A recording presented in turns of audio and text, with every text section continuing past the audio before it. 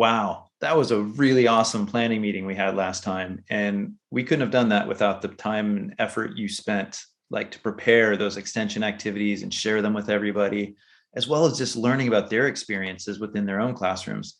So, firstly, I just want to say thank you. How did you feel coming out of that meeting? I felt a lot better because in the previous meetings where everybody was just talking about their successes, it felt like I was the one who was holding everyone back. So I didn't really want to say anything. But now that I know that John and Sarah also have a few students that could benefit from slowing down some activities, creating some extension, it feels like, I can really participate in the team planning as a contributing member. It's great. And something that I want to continue to pursue, and we talked about this after the last meeting, is this idea of peer mentoring. And, I walked you through what it was and the roles and responsibilities. So really today, if, and provided you're comfortable with this situation, I want to start this relationship with you because I think it'd be so great to further explore this idea about on-task behaviors. One of the things that we started the school year talking about was, as a team, we wanted to improve classroom management, but on-task behavior didn't come up. Now it's actually something that I think we do need to address. And through you, I think the team could learn a lot. So if you don't mind, I'd like to kind of frame our relationship around that. Is that something that, like, a target area that you'd feel comfortable with? Yeah. Great. Because additionally, the strengths that you've already brought to that last planning meeting, you've already put a lot of thought into how to differentiate. And I can tell that you understand differentiation and you feel comfortable working with the team in that regard. So if we can somehow find a way to bring these together, it would, I think, greatly not only help the team, but you and I as well. So I'm going to walk you through a process called a focus inquiry worksheet. It was something I was given and I've worked with in a couple times when working with colleagues. I find it very helpful for me just to get a broader picture of what's going on. And ultimately, the goal is to distill everything that we're talking about now into a key question that will help to really drive our collaboration through trying to answer this question.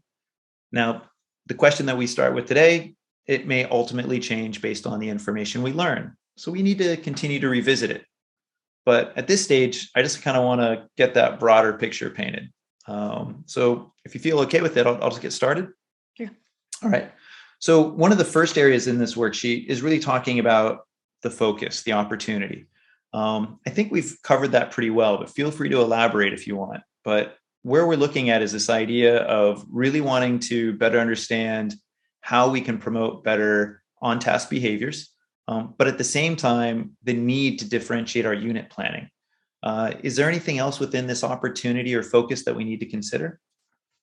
I think that just what we've uncovered in the meetings, what works for one classroom or one student is not necessarily working for everyone. And so, yeah, just varying that so that we can get to a point where all students are on task, regardless of what the task is. Yeah. So interestingly, I guess a part of this focus will be ensuring that we get the buy-in from the other team members because we're going to need to know what's going on in their classes. All right. So let's bring that into the picture. Now, again, we've talked a lot about our frustrations, but there's a certain significance to this. When we look at the way we're currently doing our unit planning and how it's impacting you and your students, would you mind just kind of sharing with me again the impact it's having, not just on the students, but yourself? I want to go in a little bit more detail about that, but as well as the team. I feel like when there's like one direction and like one lesson that is supposed to be consistent for everyone, if it's not working, then it feels again like a personal um failure. It was really hard. It became a struggle to even teach those lessons because I walked in already like feeling anxious, and you know the relationship between me and the students became one where um I felt like I was policing them at all times. And, you know, the management of the classroom was more like punishment and I'm going to call your parents. And it just like, I lost that any sort of positive, relationship with the students. Even the ones that were staying on task were so used to like me kind of walking around, pointing at what they're not doing, that it just became a really negative classroom environment. And this also kind of flowed on into the team as well, right? Like, yeah, I mean, it just made it so that I didn't feel comfortable in the team meetings. And yeah, I didn't even really want to talk about what was really going on in my classroom. yeah. So again, that's something we got to consider when we think about our work going forward, is not just how we make a more enabling environment for your students, but as well as for yourself. So I'm gonna add that in to the mix. Now, we had a great meeting last week between you and I that helped us prepare for this week's unit planning meeting. So that's something that we've done so far. In this sort of intervening time, have you had any additional thoughts or ideas about what we could also be doing, or how we could make better use of the team? I think that those extension activities that I shared ended up working really well. Again, it meant that some students were able to do some extra things as we slowed it down. It didn't feel like we were taking away from any learners. But creating those activities takes a lot of time, and it feels just kind of like I'm generating more work. So when I shared it with other people and they were able to use it, then it felt like more purposeful. And I think it made me think that if we like all started doing that for all of our units, then we would have a bank of activities that we could always have to differentiate our courses, and improve the learning. Great. Now, what I want to do is I want to envision the future. Considering that we're beginning to work more in a way that is actually starting to produce these positive results. What specific results would you like from us all working together? And, even thinking about the classroom as well. I'd like to kind of study our learners in terms of what on-task behavior is. I think that we started to realize that looks different in different classrooms, different teachers, the dynamic of the teacher-student relationship. I think it would be interesting to like see how that looks like in other people's classrooms. Yeah, great.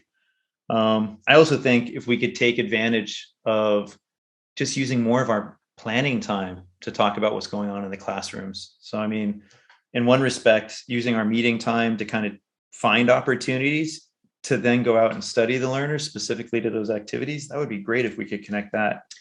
You know how when we moderate assessments, when we do like the high, medium, low in terms of like sharing out the range, I think that might be something that we do, but for on-task behavior. What does high look like? What does medium look like? What does low look like? Yeah. Because that is something we as a team already do really well. So if we could leverage that strength, that would be brilliant. All right. So, let's consider some options. Really, at this stage, what can we really be doing to improve the current situation? What are some things that, there's already some things that we've done, but how do we institutionalize that? How do we make that part of the work that the team is doing?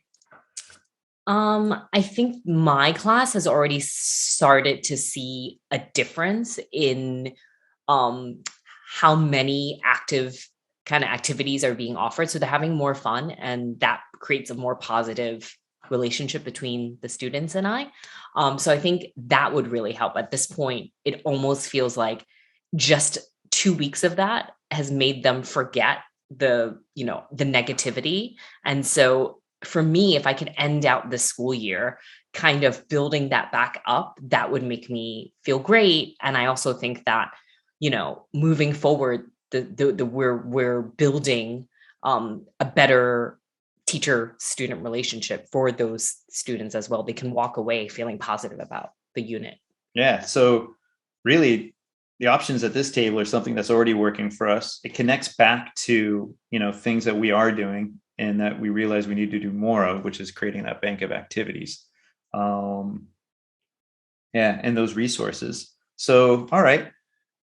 Now we come to this idea of the key question. And the key question is that professional inquiry that really is going to be the focus of our time together in this mentor-mentee relationship, something that we want to make sure that we walk away feeling like we're answering. And we'll iterate it from time to time. But at this stage, what are some things that you feel we need to be addressing between you and I? What's the question that we need to be answering that's going to get us further? For me, it's about how activities, how the lessons itself can impact the learner's like motivation to learn. And varying that experience so that we can see that type of self-motivation in all of the students. That I think is what we've kind of figured out, that it's not the same for every student. Yeah. So we're talking about, we want our folks to be about motivating learning, but also understanding that we need to vary that experience, which is effectively differentiation. That area that we want to motivate, though, again, comes back to task behaviors.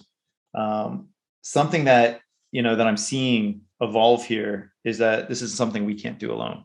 We're not going to be creating all these activities, right?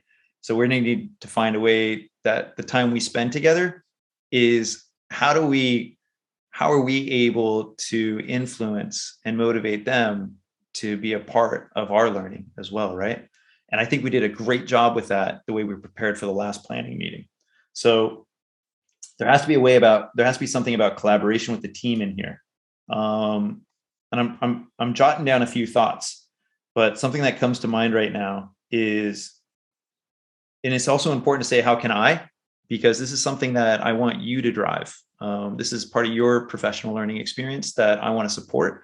But I'm going to be here with you. But this is a question for you. So I'm going to start it with how can I?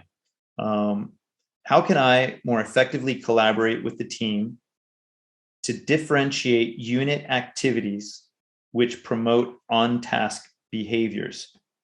So I basically just pulled out keywords from the worksheet, and the ones that I'm looking at are really, it's about collaboration, the team, differentiation, activities, and task behaviors. So I'll just read it again, and you let me know how it sits with you. How can I more effectively collaborate with the team to differentiate unit activities which promote on-task behaviors? Yes. Does that feel like something we can start with? I think so. Great. So the next time we meet, we'll really kind of start our meeting with that question. And then I'm going to start walking you through the stride model. Sound good? Thank you. Thank you.